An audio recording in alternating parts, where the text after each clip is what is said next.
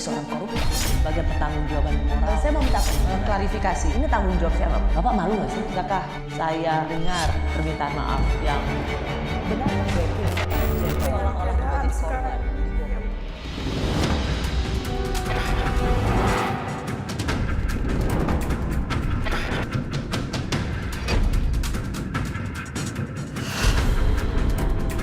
Hubungan persahabatan bak adik dan abang itu retak. Akhirnya Nasdem melihat seorang sosok Anies Rashid Baswedan. Deklarasi Anies Baswedan sebagai capres pilihan Nasdem inilah yang diduga kuat menjadi biang retaknya hubungan kedua politisi yang kerap seiring sejalan dalam 2 kali kontestasi Pilpres. Ibarat nasi sudah menjadi bubur, istana semakin menjauhkan Nasdem dari perkumpulan para koalisi. Nasdem itu ya, kita harus bicara apa adanya ya, kan sudah memiliki koalisi sendiri. Siapa yang bilang berseberangan? Kalau berseberangan, kenapa ada yang namanya Gerindra berada dalam posisi pemerintah? Ketua Umum Partai Nasdem. Keretakan itu pun semakin nyata kala Surya Paloh tak mengundang Presiden Jokowi di acara apel siaga Partai Nasdem 16 Juli lalu. Dalam orasinya, Surya Paloh bahkan sempat menyentil program revolusi mental yang diusung Presiden Jokowi. Gerakan perubahan yang juga sejalan dengan apa yang pernah dikonstatir oleh Presiden Jokowi untuk melaksanakan revolusi mental adalah sebenarnya identik dengan misi gerakan perubahan kita. Tapi sayang 1000 kali sayang, harapan belum menjadi kenyataan. Namun akhirnya Jokowi dan Surya Paloh pun bertemu. Senin 17 Juli lalu, Presiden Jokowi menerima ketum Nasdem ini di Istana Negara usai melantik menteri dan wakil menteri dalam reshuffle terbaru. Dalam pertemuan itu, Paloh tak menampik kalau Presiden ada bertanya soal cawapres Anies Baswedan. Pak Jokowi juga tanya, siapa ini wakil presidennya nih? Saya bilang saya belum mikirin itu, yang saya tahu Pak Anies itu barangkali yang urusnya. Ya, saya bilang saya juga belum memahami, barangkali Pak Anies yang paling tahu. Pertemuan kembali Presiden Jokowi dengan Surya Paloh bukan tak mungkin berkat peran Menko Kemaritiman dan Investasi Luhut Panjaitan. Pasalnya, di tengah keretakan Jokowi Paloh, Luhut justru kerap memperlihatkan kebersamaannya dengan rekan lamanya di Partai Golkar dulu. Jadi kita kan mau pembangunan ini sudah dibuat Pak Jokowi itu baik, terus kan berkelanjutan. Saya kira Pak Surya juga berbesar hati gitu, dan saya pribadi juga melihat ada yang perlu diributkan. Tak hanya dekat dengan Paloh, Jenderal Purnawirawan Bintang 4 ini juga dikenal sebagai sosok yang sangat dipercaya Presiden Jokowi karena kerap memimpin sejumlah proyek strategis nasional. Di bidang politik, pengaruh Luhut sebagai politisi senior Partai Golkar masih kuat. Di tengah ketidakpastian pencapresan Erlangga Hartarto, nama Luhut dijagokan anggota Dewan Pakar sebagai sosok yang tepat untuk menggantikan sang Ketua Umum Erlangga. Munas 2024. Silakan kalau berminat jadi Ketua Umum Golkar ke 2024. Desakan inilah yang semakin menguatkan akan diadakannya Munaslup untuk mengangkat Luhut sebagai Ketua Umum baru Partai Beringin ini.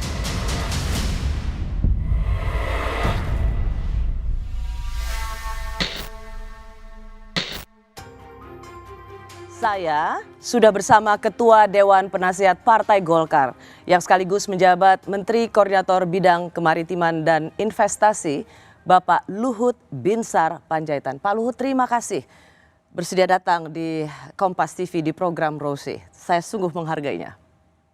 Terima kasih sudah diundang kemari, tapi saya kaget juga lihat tadi tayangan-tayangan itu. Saya pikir mau nanya banyak hilirisasi. Kalau hilirisasi udah banyak Bapak jelaskan. Sekarang orang ingin dengar yang berbeda dari Pak Luhut. Pak Luhut, tahukah bahwa ketika judul Rosi malam hari ini Luhut Binsar Panjaitan jadi calon ketua umum Partai Golkar, saya banyak dapat WA. Dan orang menanti apakah jawaban seorang Luhut Panjaitan. Kita tahan jawabannya Pak Luhut karena saya tahu banyak orang yang tahu Pak Luhut orang dekat Pak Jokowi, dipercaya Pak Jokowi, dan juga sahabat seorang Surya Paloh.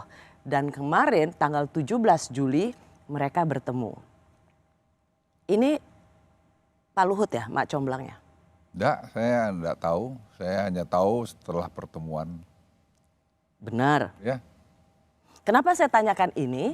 Karena pada tanggal 3 Oktober deklarasi Partai Nasdem bahwa akan mencalonkan Anies Baswedan sebagai calon presiden. Kemudian seperti komunikasi antara Pak Jokowi dan Pak Surya Paloh berhenti. Tapi tiba-tiba Pak Luhut pada tanggal 13 Desember ketemu di London. Ya, saya ketemu di London itu kan kebetulan. Saya pas ada tugas ke sana, saya tinggal di hotel Four Seasons. Kemudian tiba-tiba saya dapat telepon dari teman saya, dia bilang Pak Surya mau ketemu saya. Ya saya bilang ya ketemu apa? Ya, artinya abis itu setelah 13 Desember 26 Januari tahun depannya ketemulah Pak SP dan Presiden Jokowi.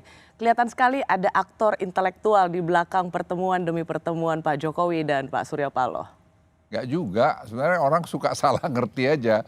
Saya tidak semua juga yang Pak Jokowi buat itu saya tahu, enggak juga. Dan saya juga tidak mau tahu juga kadang-kadang karena saya pikir kalau tidak ada konteksnya buat apa gitu.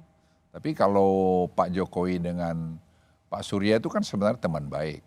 Ya, dan saya tahu Pak Jokowi itu ya sangat menghormati Pak Surya. Itu yang saya tahu. Jadi itu sebabnya saya juga mau ketemu Pak Surya. Karena udah berapa kali Pak Luhut ketemu sama Pak Surya? 3 atau 4 kali. 4 kali yang ketahuan. Ya memang itu semua. Ya. Pak Luhut, pertemuan kemarin apa maknanya? Ya saya pikirkan juga kenapa sih kalau ada berbeda kita langsung musuhan kan tidak perlu. Iya kan? Tapi selama ini memang jadi musuhan ya Pak Luhut? Bukan, saya lihat tuh suka di kita ini politik itu kalau sudah tidak cocok langsung musuhan gitu. Tapi saya lihat di Pak Jokowi tidak gitu. Dia orang yang sangat toleran, sangat membuka diri dalam banyak hal. Apalagi sebagai presiden, saya kan mengikuti beliau sebagai wali kota, sebagai gubernur dan sebagai presiden.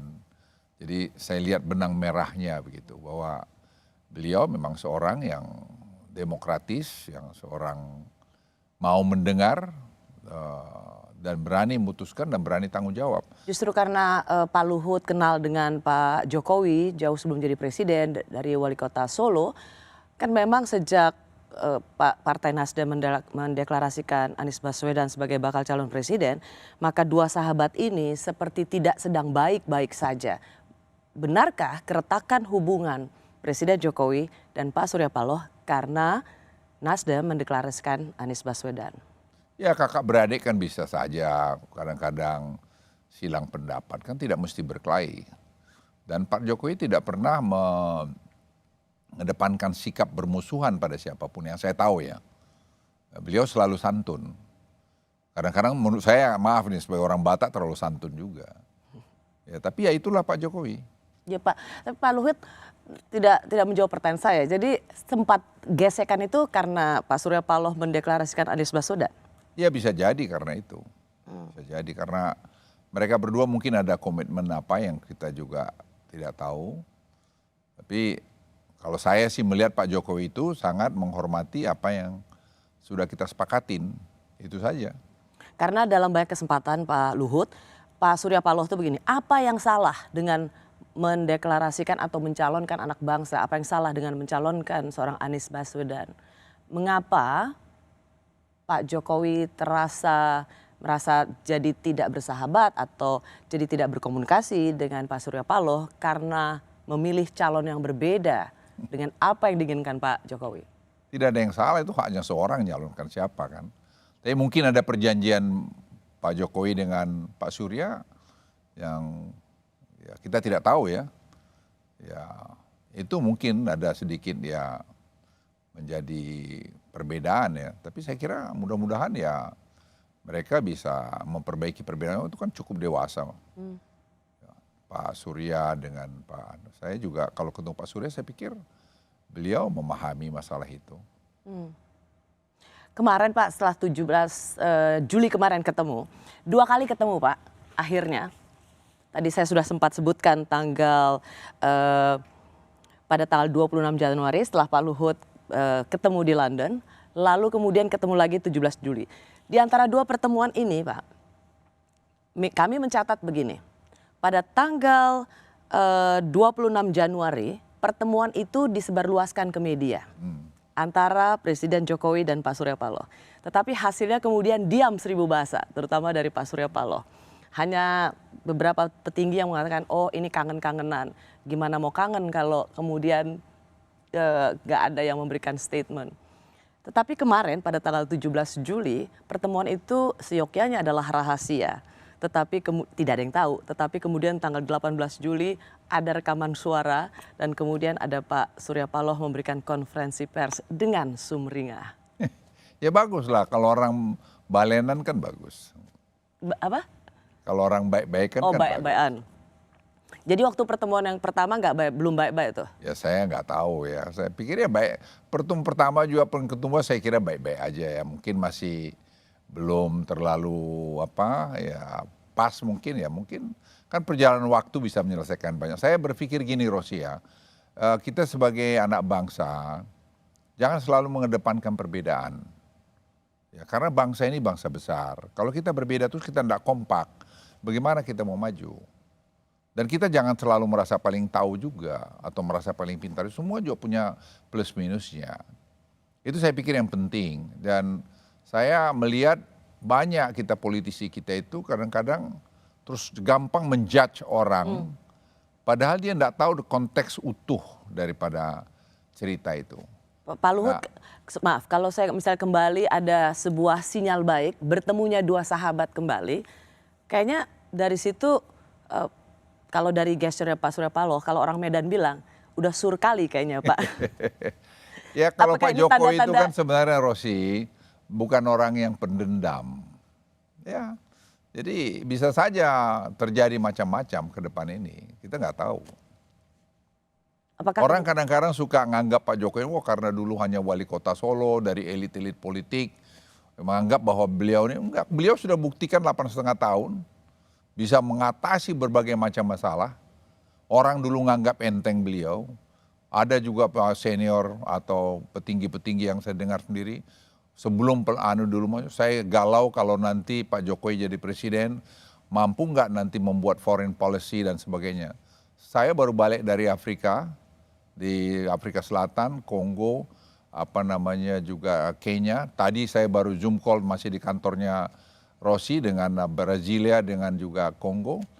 Semua apresiasi pada Presiden Joko Widodo. Bagaimana mainnya beliau mengatur tadi pertemuan-pertemuan dan itu karena hasil daripada pembangunan dilakukan Presiden Joko Widodo. Jadi Pak Luhut sendiri sangat melihat kepiawaian Pak Jokowi memainkan semua peran ini. Ya beliau sangat menurut saya sangat tajam melihat itu. Termasuk bisa membuat seorang Surya Paloh kembali ke jalan politik sesuai dengan Pak Jokowi. Surya Paloh. Ya saya kira mereka kan berteman. Ya kita bersyukurlah kalau mereka baikan. Ya kenapa sih? Ya. Kita harus break, tapi saya mau tanya, sebagai orang dekat Pak Jokowi, sebagai sahabatnya Pak Surya Paloh akan bersama Pak Jokowi atau tetap berbeda jalan politik? Ya kita lihat aja nanti Rosi. Saya kira Pak Surya juga kan tidak mau kehilangan teman, sahabatnya. Ya tidak mau lah dia, ngapain? Apa untungnya dia tidak bersahabat dengan Pak Jokowi, dia sahabat kok. Bersahabat berarti bersama? Ya kita nggak tahu. Dalam pilpres nanti. Politik itu kan susah dia, bisa saja apa yang terjadi. Apa mungkin pembicaraan mereka berdua ada yang kita tidak tahu? Apa semua Pak Jokowi cerita sama saya? Enggak juga lah, orang suka salah nafsir. Saya tahu Pak Luhut kan menanyakan ke Pak Jokowi ya, bicara apa tadi Pak? Ya saya tanya. Kata Pak Jokowi? Ya kan perlu saya buka di sini. Presiden Jokowi dianggap ingin menjegal capres tertentu. Apa kata Luhut Panjaitan sebagai ODJ, orang dekat Jokowi? Ada yang tanya kemarin, mungkin yang menjegal-jegal itu sedang mengatakan bahwa survei aslinya tidak seperti itu. Loh, iya. Karena kalau di survei nomor 3, buat apa dijegal? Kan nomor 3. Kalau surveinya nomor 3, tapi tetap menjegal, mungkin dia punya survei yang sesungguhnya yang kita tidak tahu. PK ini bukan tidak mungkin erat kaitannya dengan kepentingan politik pihak tertentu. Tujuannya jelas, menggagalkan pencapresan Saudara Anies Baswedan. Tentu saja salah satu caranya adalah dengan mengambil alih Partai Demokrat. Saya masih bersama Ketua Dewan Penasihat Partai Golkar, Bapak Luhut Binsar Panjaitan, sekaligus Menko Marves. Pak Luhut, sudah semakin santer terdengar bahwa rezim ini memang ingin menjegal calon presiden tertentu. Rosi, kenapa sih kita ini suka buruk sangka gitu? Presiden itu saya kenal lah, tidak ada sama sekali intention dia untuk melakukan itu. Beliau itu tidak pernah mau mencampurin masalah hukum. Atau mencegal orang tadi seperti dibilang si Agus tadi, mau supaya dicegal partainya, tidak ada itu sama sekali. Mengapa itu Presiden bisa terjadi? Saya bukan muji-muji presiden, tidak. Tapi presiden itu bukan seperti yang dibilang Agus Yudhoyono tadi. Tidak betul sama sekali itu. Saya jamin kalau itu. Saya kan perwira. Kalau itu saya jamin nggak ada. Jadi nggak usah bicara-bicara kampungan itu menurut saya.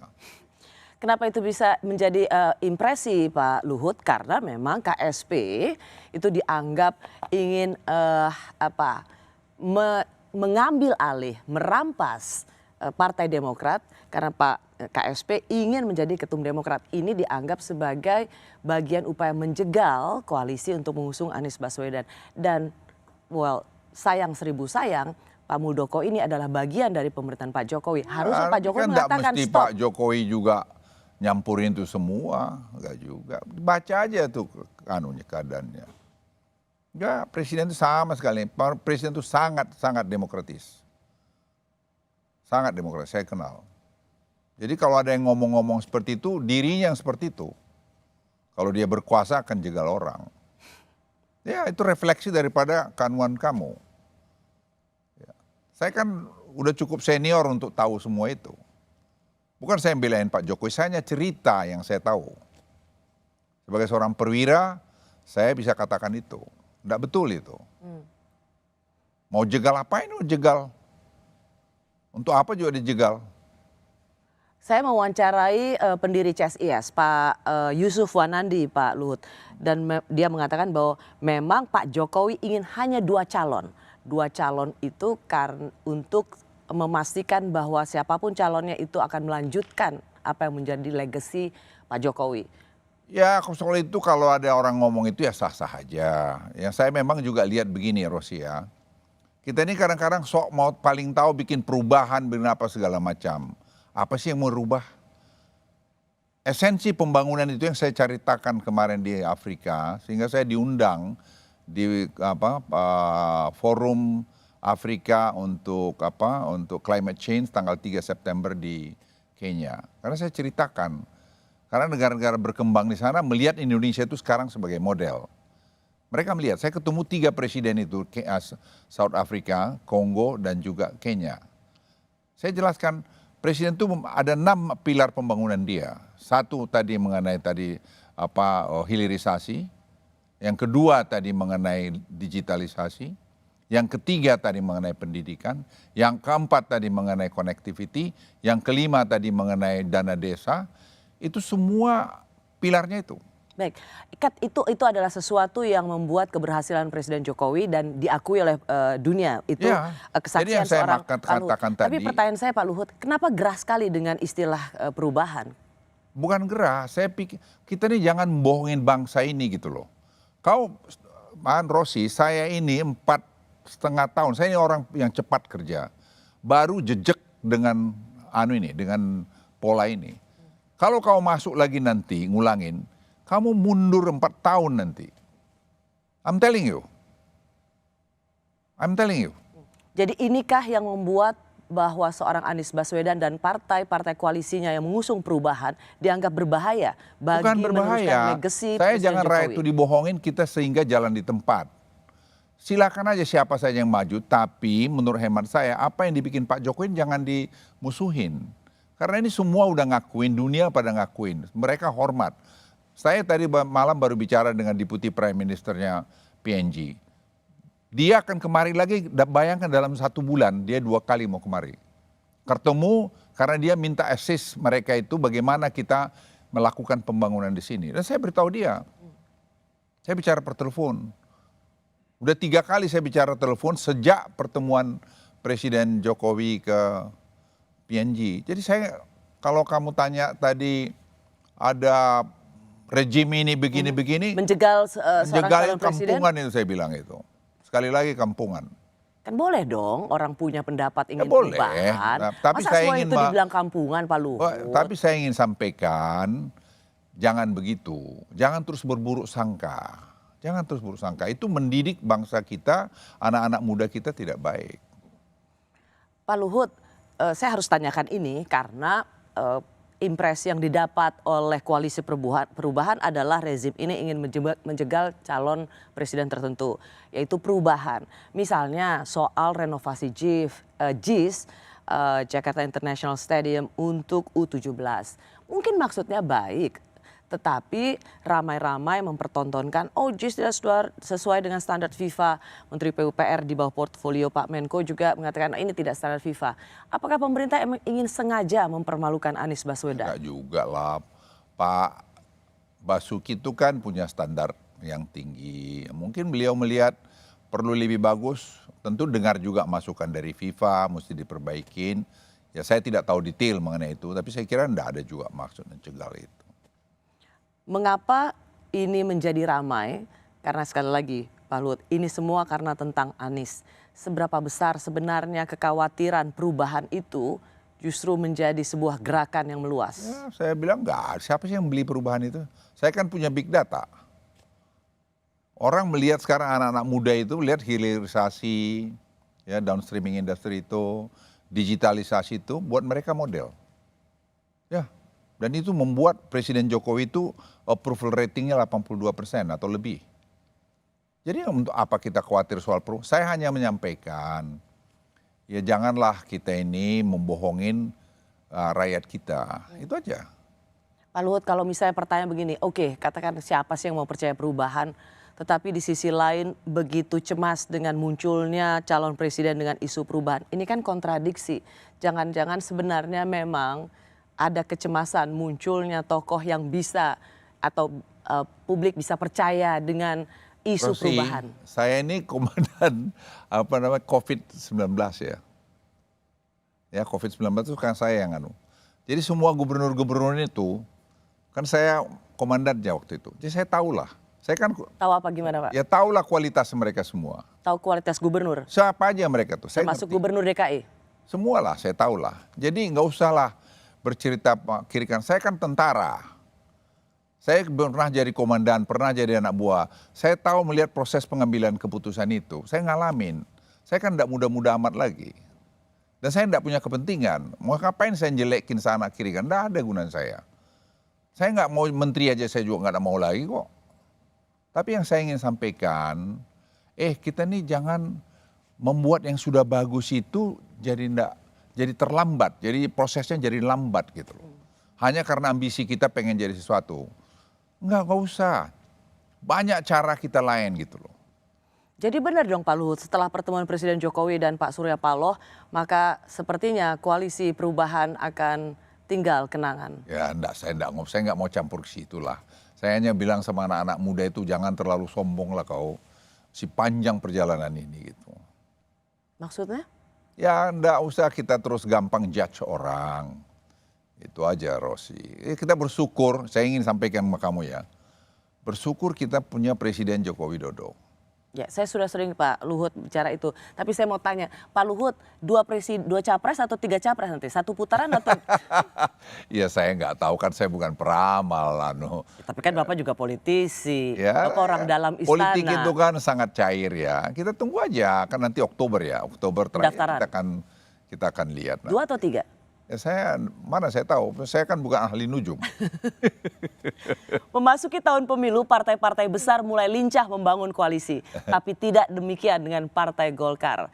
Nah, Dewan Pakar Partai Golkar justru mendorong Munaslup untuk mengganti Ketua Umum Airlangga. Di mana posisi Ketua Dewan Penasehat Luhur Binsar Panjaitan? Pertama, kita sudah rakernas dan itu selesai. Mekanismenya selesai. Pembicaraan kan tidak bisa desak-mendesak. Munas 2024. Silakan kalau berminat jadi Ketua Umum Golkar ke 2024.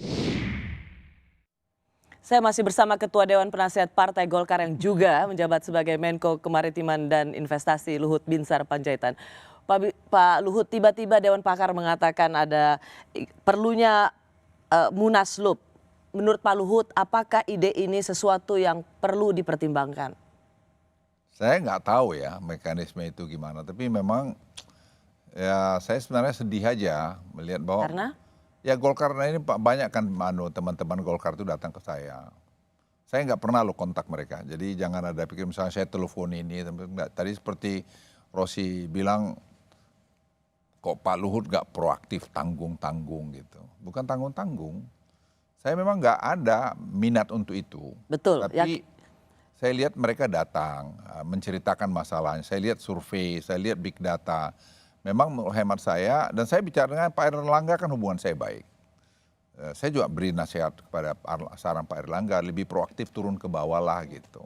Kapitalisasilah kehebatan daripada Golkar ini. Tapi dari data yang kita lihat, ya memang semua angka itu kan tidak bisa bohong data itu. Survei Kompas tadi disampaikan oleh Rosi. Dan LSI. LSI dan big data kami memang menunjukkan semua angka itu tidak membaik. Begitu. Partai Golkar memperlihatkan penurunan jumlah kursi dari tahun ke tahun. Dan itu yang kita harus waspadai. Jadi, sorry Pak Luhut, jadi menurut Bapak ide tiba-tiba Dewan Pakar ini mengusung ide Munaslup itu sesuatu yang perlu dipertimbangkan atau ini hanya kompor provokatif ingin menggoyang soliditas partai? Ya saya tidak mau partai ini tambah jelek. Bagaimanapun saya sudah cukup lama jadi anggota Partai Golkar ya. Ya menurut saya harus jernih melihat ini. Jernihnya seperti apa misalnya? Ya jernih melihat mau kemana Golkar ini. Golkar ini harus punya sikap. Ya punya sikap. Kalau kita tidak bisa calon presiden, tidak bisa calon wakil presiden, kan masih ada yang lain. Legislatif. Legislatif kan menentukan sekali. Sekarang 85 kursi atau 86 kursi Golkar. Bisa nggak itu dipertahankan? Mesti realistis. Jangan kita ini, gimana ya, nanti saya pakai bahasa-bahasa tentara lagi. Jangan kita ini seperti bohongin diri kita sendiri. Kita harus bisa bikin at least mempertahankan 85 suara sekarang. Kalau bisa di atas 100. Bagaimana itu bisa dilakukan? Banyak sekali kesuksesan Golkar itu di pemerintahan yang bisa dikapitalisasi. Kalau mendengar penjelasan Pak Luhut, berarti Pak Luhut ini juga termasuk seiring senada satu level perasaan dengan Dewan Pakar. Mengevaluasi Partai Golkar. Saya nggak begini Ros ya. Terus saya bilang saya pun nggak punya, mereka minta saya, betul yang Rosi bilang tadi. Minta Bapak sebagai? Iya mereka bilang Bapak majulah sebagai ketua umum Golkar gitu. Saya bilang saya nggak pada posisi begitu-begituan. Tapi mereka cerita ini itu, saya bilang silakan aja kalian saya nggak mau berkelahi. Ya, saya nggak mau berkelahi. Yang kedua, kalaupun nanti ini mau kalian bikin, saya nggak mau main-main uang. Karena biar Golkar itu kembali kepada masa lalunya, jangan main uang-uang. Dan biar partai itu juga lebih baik lagi ke depan. Dan saya yakin partai Golkar ini, kan saya waktu Danrem, ikut kampanye untuk Golkar di Madiun. Dan itu memang yang suka sama Golkar tuh banyak. Dan sampai sekarang itu ke bawah itu masih kuat. Tapi itu kan perlu dipelihara, perlu didatangin, perlu diomongin. Pak Luhut, jadi menurut Bapak memang Partai Golkar ini seperti layang-layang putus?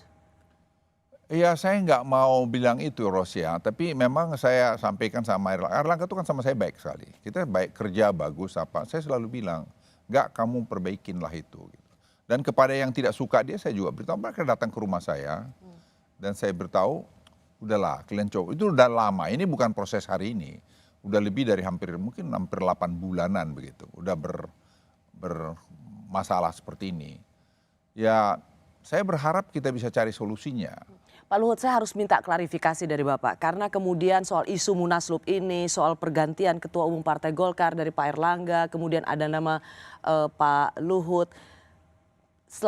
Ini disinyalir sebagai ada upaya mengganggu soliditas, provokasi, kompor, dan ada aktor intelektualnya. Saya mau minta klarifikasi, benarkah Pak Luhut otak dibalik penggulingan Ketua Umum Erlangga? Enggak lah Ros, untuk apa sih kepentingan saya di situ? Saya mau apa lagi sih? Kalau saya juga jadi Ketua Umum Golkar, apa saya mau calon presiden, wakil presiden? Pasti tidak. Mau jadi menteri, ya pasti tidak. Jadi kalau saya Ketua Umum Golkar misalnya, saya mau perbaikin aja karena saya suka memperbaikin. Dan saya yakin tuh bisa 86 kursi itu pasti dapat. Jadi Pak Luhut mau jadi calon ketua Ya kalau memang Golkar? diusulkan rame-rame, tapi saya untuk apa mempersoalkan itu sekarang? Untuk apa Ros? Kerjaan saya sudah banyak kok. Tapi saya pikir, saya lihat teman-teman Golkar itu orangnya baik-baik kok, hebat-hebat, intelektualnya bagus, dikompakin aja. Jadi Pak Erlangga pun sebenarnya dibikin kompak aja semua. Tapi kalau dibiarkan ini begini terus, saya juga nggak rela kompak Golkar itu terus turun.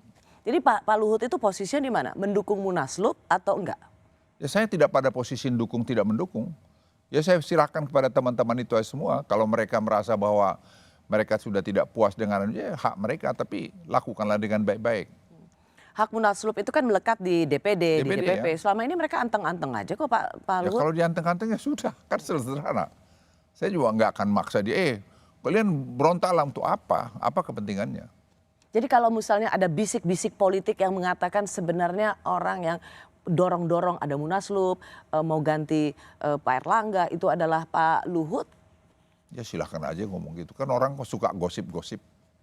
Yang bilang saya ngatur enggak juga. Kalau dalam koalisi sekarang Pak, atau dalam manuver diskusi-diskusi politik, koalisi, kan dulu ada KIB tuh Pak Luhut. Ada Golkar, ada PAN, ada kemudian P3. Golkar itu adalah partai dengan perolehan kursi nomor 2 di 2019 lalu, kalau dari sisi perolehan kursi. Tapi kemudian PAN sudah dengan Pak Erick Thohir, P3 juga dengan Sandi, sudah bersama Bu Mega di PD Perjuangan, hanya seperti Golkar yang sendirian. Bahkan ketika Golkar ingin ke PKB, kemudian dijawab oleh PKB, ya Golkar silakan bergabung, tetapi jadi tim ses. Golkar tersinggung nggak? Ya makanya saya bilang itu ya, kita enggak boleh, ini partai nomor 2 loh. Kita ini jadi seperti jual diri kemana-mana gitu loh. Ya udah mau ke kiri, mau kanan, selesai kan. Kalau nggak bisa jadi calon presiden, saya udah bilang tadi kan. Tidak bisa calon wakil presiden, kan masih ada yang lain yang bisa dibenahin. Perkuatlah di parlemen. Simple as that. Jadi strateginya tuh harus jelas. Tidak boleh strategi itu semua mau, akhirnya satu pun nggak dapat. Dan yang korbannya siapa? Partainya. Jadi jangan ambisi kita sendiri juga merusak diri kita sendiri. Salah satu desakan dari Dewan Pakar Pak Luhut mengatakan bahwa didesak harus Agustus ini deklarasi. Apakah menurut Pak Luhut itu memang sebuah strategi yang benar? Gini Ros ya, saya tuh jujur ya sama kamu. Sebenarnya saya kan selama seminggu lebih kemarin tuh di Afrika kan. Keliling untuk siapan kunjungan presiden. Saya juga nggak aware banget apa yang terjadi. Sampai saya kemarin kembali. Dan saya pikir mereka tuh ceritakan semua ke saya. Ya saya pikir wah kok jadi udah begini parah gitu. Ya kita lihat aja nanti. Itu kan hak konstitusi semua. Kalau mereka sepakat itu dilakukan ya hak mereka juga. Tidak ada yang bisa nyetop itu juga. Kalau ingin menjaga soliditas partai, membuat Munaslup di tengah tinggal beberapa bulan ke depan, pencapresan, pileg, apakah itu sesuatu yang strategis? Ya saya mau sampaikan tuh Rosi kembali ya. Tentu teman-teman Golkar tuh hitung juga semua. Ya menghitung untung ruginya masing-masing itu. Itu sebabnya mungkin mereka desak-desak saya. Karena saya mungkin tidak calon presiden, calon wakil presiden, tidak juga menteri, mungkin kawan ini bisa juga membantu kita lebih gitu. Tapi saya bilang saya nggak mau berkelahi sama Erlangga. Nggak mau. Kenapa? Untuk apa saya berkelahi? Untuk apa saya buat musuh? Buat apa? Tapi kalau memang kalian memutuskan itu menurut kalian benar, silakan aja. Jadi Pak Luhut mau jadi ketua umum Partai Golkar, tapi dengan tidak dengan cara berantem dengan Pak Erlangga. Ya, tidak cara berantem. Jadi mau jadi ketua umum Partai Golkar. Ya kalau itu memang maunya mereka, ya saya ikut. Masih bersama saya Ketua Dewan Penasehat Partai Golkar, Bapak Luhut Binsar Panjaitan. Pak Luhut, tadi saya bertanya sesuai dengan tema judul program Rosi malam hari ini. Luhut jadi calon ketua umum Partai Golkar. Pak Luhut mengatakan ya, mau selama tidak berkelahi dengan Pak Erlangga. Ya. Gitu ya Pak? Ya. Dewan Pakar menyebut nama Bapak layak untuk menggantikan Pak Erlangga. Saya kutip pernyataan salah satu anggota Dewan Pakar Partai Golkar, ya waktu konferensi kemarin dia mengatakan orang yang duduk di pemerintahan super hebat. Siapa yang selevel dengan Pak Erlangga? Ya Opung Luhut Binsar Panjaitan. Jadi Bapak dianggap super hebat, nggak cuma super tapi hebat. Pak Ridwan Hisyam ini Bapak yang suruh ngomong ini? Oh, saya kenal Pak Ridwan Hisyam ini kan juga nggak dekat. Saya nggak pernah. Untuk apa saya nyuruh-nyuruh itu? Apa sih penting? Popularitas juga nggak ada urusan buat saya. Saya kan cukup populer ya. Jadi kenapa lagi? Mau apa lagi? Jadi ya gimana ya Rosi ya? Tapi kalau dibilang super hebat, Bapak merasa apa? Saya enggak lah. Saya biasa-biasa aja. Saya sama dengan menteri-menteri yang lain. Ya mungkin saya lebih senior, lebih tua. Sehingga presiden kasih banyak pekerjaan ke saya. Menurut saya wajar-wajar aja. Cuman buat saya Pak Luhut ya, Dewan Pakar ini nggak jelas. Ya. Ketika mengevaluasi kepemimpinan Partai Golkar, lalu mengevaluasi performa Ketum Erlangga, dan kemudian sampai dengan definisi bahwa harus ada ketua umum Partai Golkar yang baru, super hebat, namanya Opung Luhut Binsar Panjaitan. Satu sisi Ketua Dewan Pakar ini mengevaluasi kinerja Ketum Partai Golkar Erlangga sibuk, harus keluar kota, turun ke bawah ke daerah karena pembantu presiden sebagai Menko Perekonomian. Tapi minta digantikan oleh Menko Marves. Kan gak jelas, sama aja, sama-sama Menko kok. Berarti kan ini sebenarnya hanya pribadi aja ingin menggoyang Ketum Erlangga. Ya saya pikir, saya kan tanya mereka juga, kok kalian begini? Ya mereka balik tadi yang Rosi bilang, hasil survei kami kok kita terus menurun. Kenapa? Saya tanya kenapa? Ya kami merasa begini. Ya saya nggak enak juga sebenarnya cerita itu. Mereka banyak komplain. Dan saya juga beritahu Erlangga, nggak kamu perbaikin dong itu. Gitu. Saya beritahu ke Erlangga. Kita berteman baik. Tadi saya malah ketemu tadi ke asosiasi kepala bupati-bupati, kita tidak ada masalah. Jadi dewasa kok semua, jadi baik-baik aja. Salah satu juga yang kemudian dianggap cawe-cawe presiden, Golkar dianggap tidak terlalu nggak ketahuan atau jelas apakah ikut arahan. Karena partai lain kan semua mengatakan ikut arahan Presiden Jokowi. Hanya Partai Golkar yang tidak secara terbuka. Enggak juga. Presiden tidak pernah nyampurin tuh. Benar-benar saya bilang Ros, nggak pernah. Pak Luhut, apakah dengan kasus minyak goreng yang sekarang di Kejaksaan Agung akan menjadi peluru tambahan untuk menggoyang? Saya nggak tahu ya Ros ya, karena itu kan sekarang kita semua audit ya. Kita semua audit. Jadi ya hasilnya ya begitu. Presiden campur nggak pernah presiden itu gitu. Saya jamin lah. Presiden sama sekali nggak mau bicara soal gitu-gituan.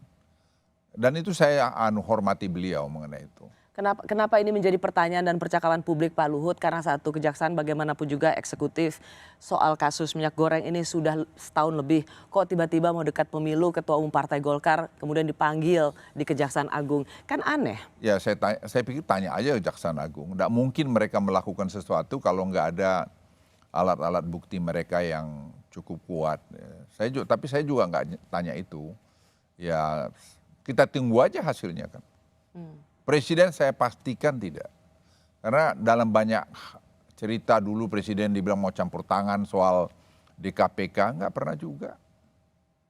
Nggak pernah. Karena presiden itu menjaga betul koridor permainan itu dengan baik. Dan itu saya hormati juga presiden. Presiden nggak mau nyampurin itu. Jadi kalau terakhir soal Partai Golkar ini saya ingin tanyakan pada Bapak, posisi Bapak tentang Munaslup Partai Golkar, disebut sebagai calon ketua umum Partai Golkar, apa penjelasan final Ya Bapak? saya serahkan aja pada mereka kan. Itu ngapain saya mau saya bilang enggak atau mau saya bilang iya, ya biarin aja mereka. Kalau mereka mengatakan kami mau dan itu jalan oleh mereka, lakukanlah dengan baik-baik. Itu aja, sederhana kok. Gak berbahaya ya Munaslup beberapa bulan sebelum? Bahayanya itu. Asal dilakukan dengan damai, dilakukan dengan niat baik, kenapa tidak? Tapi jangan dilakukan dengan rusuh, itu nggak ada gunanya. Itu akan buat Golkar runtuh. Lakukan dengan baik. Kalau memang itu kesepakatan mereka bersama. Tapi saya nggak campurin itu.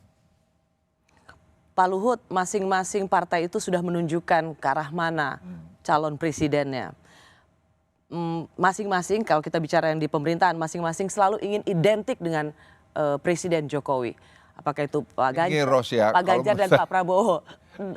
Bapak mengenal Pak Jokowi, ikut bekerja bersama Pak Jokowi. Bapak juga mengenal Pak Prabowo, Bapak juga mengenal Pak Ganjar. Siapa di antara dua ini yang menurut Bapak punya komitmen, kemampuan, dan mampu melanjutkan legacy Pak Jokowi?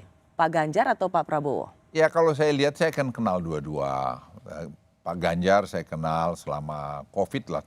Kan kita hampir tiap hari ketemu. Bisa sehari 2 kali. Pak Prabowo kan saya kenal lama, dari kami masih di Kopassus. Saya tahulah plus minusnya mereka berdua ini. Siapa yang paling mendekati Pak Jokowi? Ya dua-dua juga sama baiknya. Hatinya Pak Jokowi kemana menurut Pak Luhut? Ya saya mesti cerita sama kamu. Tentu Pak Jokowi itu punya pilihan preferensi sendiri. Ya beliau pasti tentukan, ya siapa yang dianggap oleh beliau yang tidak terlalu ngatur beliau, itu aja. Jadi jangan kita ini kadang-kadang susahnya gini, Ros ya. Memang ada calon presiden yang mengatur Pak Jokowi? Nggak ada. Bukan, artinya kamu tuh nembaknya kadang-kadang. Ya memang kan kita harus lupa kadang-kadang ya, bahwa Pak Jokowi itu adalah Presiden Republik Indonesia yang mungkin menurut saya yang paling sukses hari ini. Ya, kita jangan downgrade dia. Kita karena suka lupa itu. Ya kadang-kadang kan beliau tuh punya perasaan, punya harga diri juga. Ya jangan dianulah. Ya tentu dia jadi bisa kalau, nanti. Dilihat siapa yang paling sering ngangkat, maksudnya muji-muji Pak Jokowi. Bukan yang paling sering muji-muji Pak Jokowi Pak Prabowo. Bukan berarti soal ke Pak Prabowo. Sangat manusiawi, Rosi. Kalau saya punya pekerjaan yang dianggap orang dunia bagus, orang mengapresiasi itu dan pengen meneruskan itu, ya kan sangat manusiawi. Kalau dia pikir loh, daripada yang lain yang tidak apresiasi kerjaan saya, kesini saja kan. Kok ada di antara dua capres ini yang tidak mengapresiasi Pak Jokowi? Ya tentu apresiasinya terlalu banyak macam lagi lah. Artinya bukan hanya murni, tapi nanti siapa yang akan terus membawa dan berada di samping, di sekitar presiden yang akan datang itu kan menjadi penting. Pak Luhut dukung Pak Prabowo ya untuk 2024? Masa saya mesti gak tahu hak pilih saya? Kan karena Pak Bravo berapa? Ini Bravo 4 kan itu selalu sebagai tim ses. Ya kan tergantung hati saya juga. Kalau siapa yang paling saya anggap bisa bekerja sama dengan saya atau masih dengar saya, kan itu sama aja. Itu sangat manusiawi. Tapi kalau orang memusuhin saya, ya ngapain saya ke dia? Kan saya juga punya pengikut. Siapa berani musuhin seorang Luhut Binsar Panjaitan? Ya kan dalam zaman sekarang ini kita ngapain bikin musuh? Bikin teman aja, Ros. Ya bikin teman aja. Kamu semua jangan kita sombong. Merasa kita paling hebat. Enggak lah. Ya, tapi itu belum menjawab. Harus dilihat, Ros ya. Dari hasil survei Big Data, dan ini ilmiah. Peran Pak Jokowi itu sangat sentral. Kau suka tidak suka, peran Jokowi itu sangat sentral. Iya. Jadi kalau beliau ini sampai berpihak pada salah satu, ya game is over. Ya. Itu yang tadi aku tanyakan pada Pak Luhut, kepada siapa beliau ya, itu. Ya saya ngapain buka sama kamu. Kan namanya juga nanya. Ya namanya juga jawab. Pak Luhut, saya sudah harus mengakhiri. Jadi nggak mau jawab nih, Ganjar atau Prabowo? Ya biar aja nanti waktu menjawab itu. Kamu udah tahu jawabannya juga. Saya tahu. Perlu dibilangin sekarang nggak? Janganlah. Pak Luhut, ini sesuatu yang kemarin trending sekali. Karena Pak Luhut mengatakan kampungan itu OTT KPK tuh. Saya mau klarifikasi, Pak Luhut ini apa-apa kampungan, apa-apa kampungan. Jangan sok tahu apa-apa.